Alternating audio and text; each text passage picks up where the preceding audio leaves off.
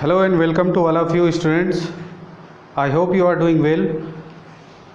GS world super 50 की ओर से आप सभी का हार्दिक स्वागत है। मेरा नाम महेंद्र कुमार देवांगन है और आज हम लेकर आए हैं पार्ट 2 करंट अफेयर का। तो करंट अफेयर में हम लोग राष्ट्रीय घटनाक्रम देखेंगे और अंतर्राष्ट्रीय घटनाक्रम भी देखेंगे। जो सेलेक्टेड टॉपिक है प्रतियोगिता दर्पण से उसी को हम लेकर आए हैं। Okay, so let us start with our today's topic which will be based on current affair। सबसे पहले राष्ट्रीय घटनाक्रम को देखेंगे, उसके बाद फिर हम अंतर्राष्ट्रीय घटनाक्रम को देखेंगे। ठीक है, तो सबसे पहले हम बात करेंगे कुंभ मेले का आयोजन जो कि हो रहा है आपका हरिद्वार में। 3 और अन्य जगह हैं जहां पर कुंभ मेले का आयोजन हो रहा है। तो 3 और कौन कौन सी जगह हैं? तो एक है आपका उज्जैन, उसके बाद है आपका नासिक और एक और है आपका प्रयागराज। ठीक है, क्वेश्चन यहाँ से भी आ चुका है आपका सीजी व्यापम में कि अर्ध कुंभ मेले का आयोजन कौन से जगह पर किया जाता है। तो ध्यान रखेंगे अर्ध कुंभ मेले का आयोजन 2 जगह पर किया जाता है, एक है आपका हरिद्वार और दूसरा है आपका प्रयागराज। और उज्जैन और नासिक में अर्ध कुंभ मेले का आयोजन नहीं होता है।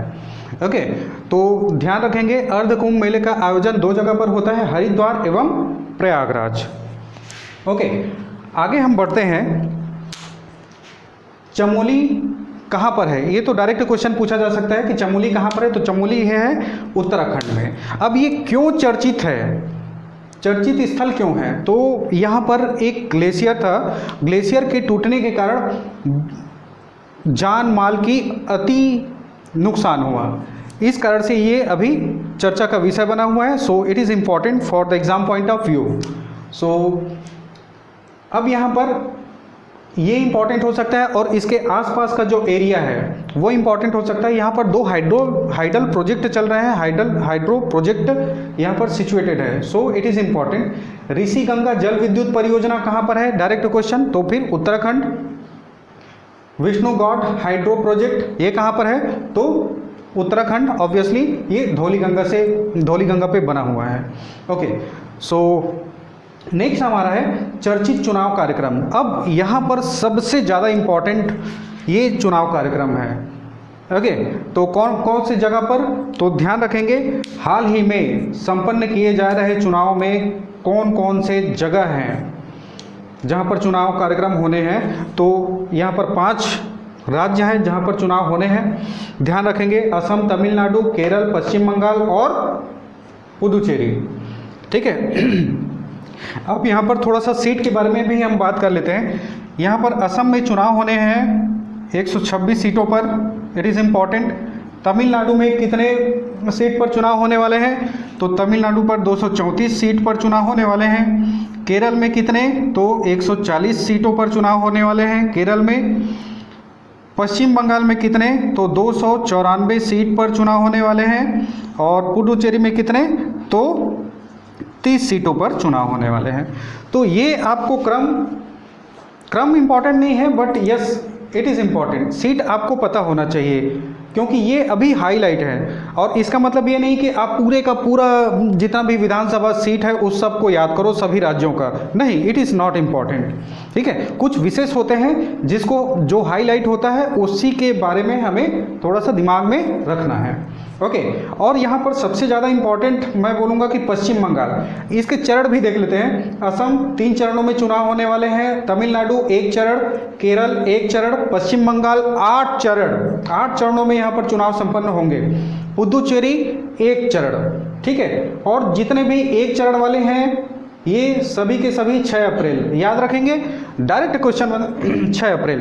अब ये 6 अप्रैल याद रखो ना रखो, it doesn't make any difference, आपको कोई फर्क नहीं पड़ेगा एग्जाम के पॉइंट ऑफ व्यू से। एग्जाम के पॉइंट ऑफ व्यू से इंपॉर्टेंट है आपका जितने भी सीट हैं उस सभी सीट को याद करिए। कितने राज्य हैं, वो कितने राज्य? तो डायरेक्ट 5 राज्यों में चुनाव संपन्न होने जा रहे हैं।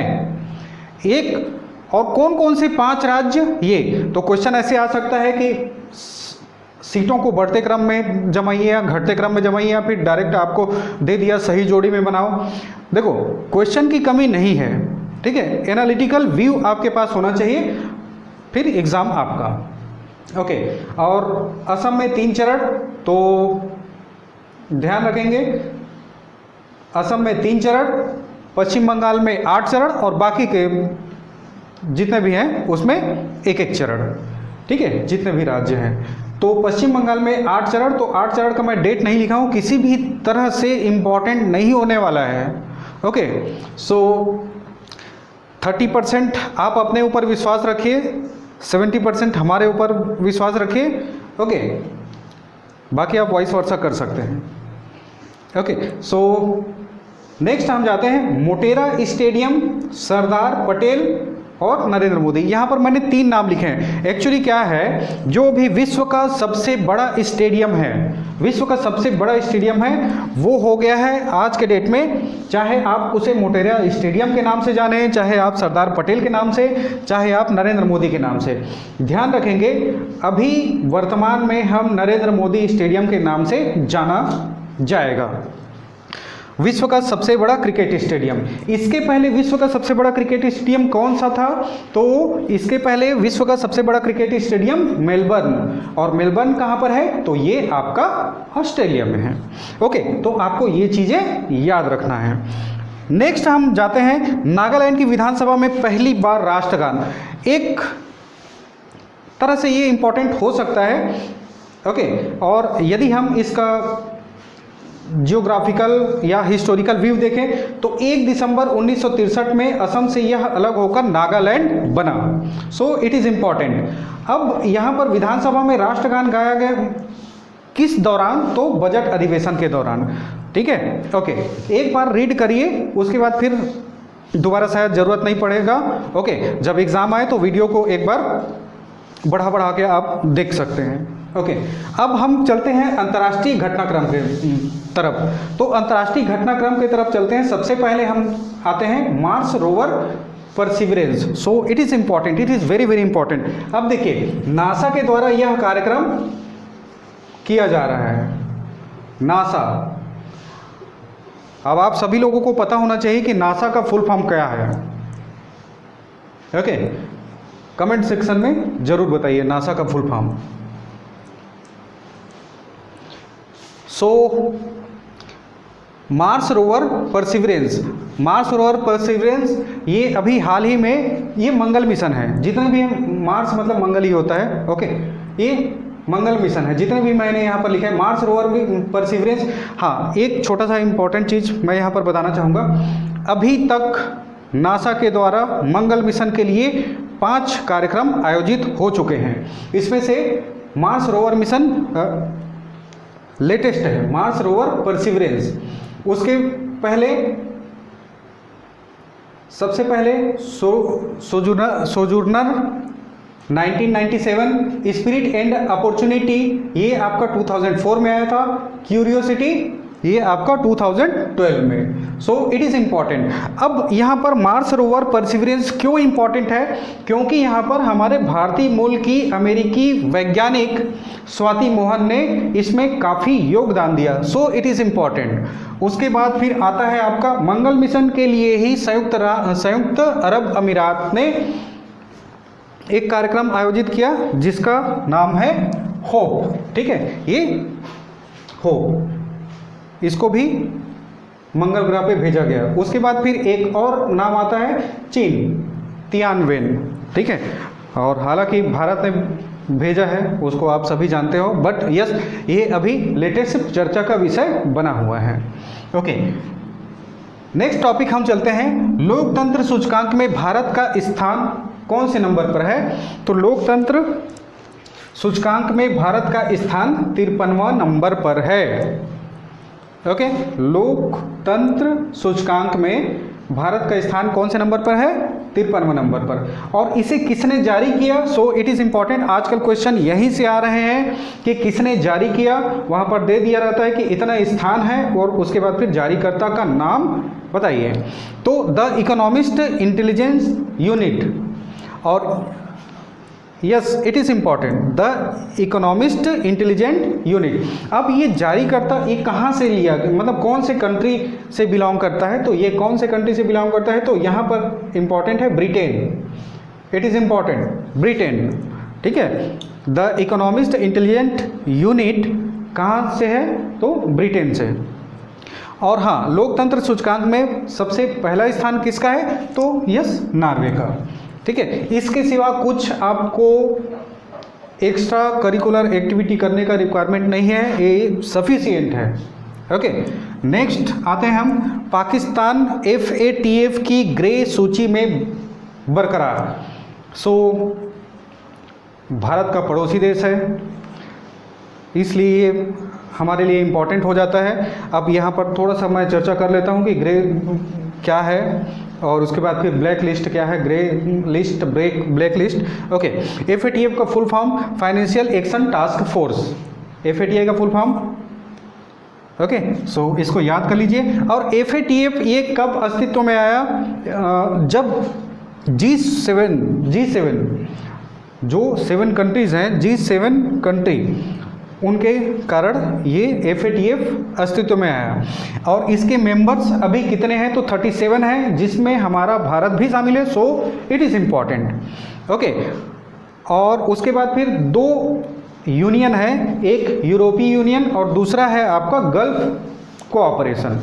2 संघ हैं जो इन्वॉल्व हैं इसमें, तो 37 कंट्री प्लस 2 यूनियन, ओके। अब इट इज़ इम्पॉर्टेंट, 2001 से terror funding, it is important, 2001 से टेरर फंडिंग को भी इन्वॉल्व किया गया, ओके।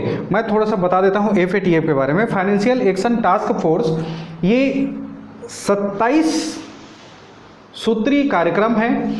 इस कार्यक्रम को पूरा करना एक लक्ष्य होता है, सभी कंट्रीज जितने भी ये 37 प्लस गल्फ कंट्रीज और यूरोपीय यूनियन जितने भी शामिल हैं, तो 27 सूत्रीय कार्यक्रम है, उसको फुलफिल करना पड़ता है। लेकिन पाकिस्तान ने उस 27 सूत्रीय कार्यक्रम को फुलफिल नहीं कर पाया, इसलिए वह ग्रे सूची में है। 24 में उन्होंने पूरा किया और 3 उन्होंने पूरा नहीं किया, सो वो ग्रे सूची में है। ध्यान दीजिए, अब ग्रे सूची से बाहर निकलने के लिए उनको पूरा का पूरा कार्यक्रम को कंप्लीट करना पड़ेगा, ओके। अदरवाइज वो फिर ब्लैक लिस्ट में आ जाएंगे। जब ब्लैक लिस्ट में आएंगे उसके बाद फिर वो उनको किसी प्रकार से मतलब फाइनेंशियली बहुत ही प्रॉब्लम हो सकता है उनको डेब्ट लेने में एंड ऑल, ओके। सो बस इतना ही इम्पॉर्टेंट है, okay. FATF financial action task force याद रखेंगे, ओके। किसके द्वारा ये लाया गया, तो G7 कंट्रीज ने डिसाइड किया, उसके बाद फिर लाया गया। भारत हमारा सदस्य है, तो यस हमारा भारत 37 कंट्री में शामिल है, प्लस 2 एक गल्फ कंट्री एंड यूरोपीय यूनियन, 2 संघ हैं, इसलिए उसको अलग से लिखा गया है, okay. So it is not important. ये 2001 से, अब 2001 में जो अमेरिका में हमला हुआ था उसके कारण से ये टेरर फंडिंग को भी इंक्लूड किया गया, ओके। नेक्स्ट चौथे नंबर पे आते हैं, नेपाल में संसद बहाल। नेपाल में राजनीतिक उथल पुथल हुआ था, ओके। तो वहाँ का संसद को रद्द कर दिया था। उसके बाद फिर सुप्रीम कोर्ट का आदेश आया कि रद्द नहीं किया जा सकता, संसद को भंग नहीं किया जा सकता, तो इसलिए संसद को पुनः बहाल किया गया। वहाँ पर हम राष्ट्रपति के बारे में बात करते हैं तो विद्या देवी भंडारी वहाँ के राष्ट्रपति, और प्रधानमंत्री के बारे में बात करते हैं KP Sharma Oli, so it is important. उसके बाद फिर लास्ट में हम देखते हैं डोनाल्ड ट्रंप के खिलाफ दूसरी बार महाभियोग भी सीनेट में खारिज हो गया, सो it is important but not much. ये जितना भी आपको बोर्ड में दिख रहे हैं सभी के सभी बहुत इंपॉर्टेंट है, आप चाहें तो स्क्रीनशॉट ले सकते हैं, ओके।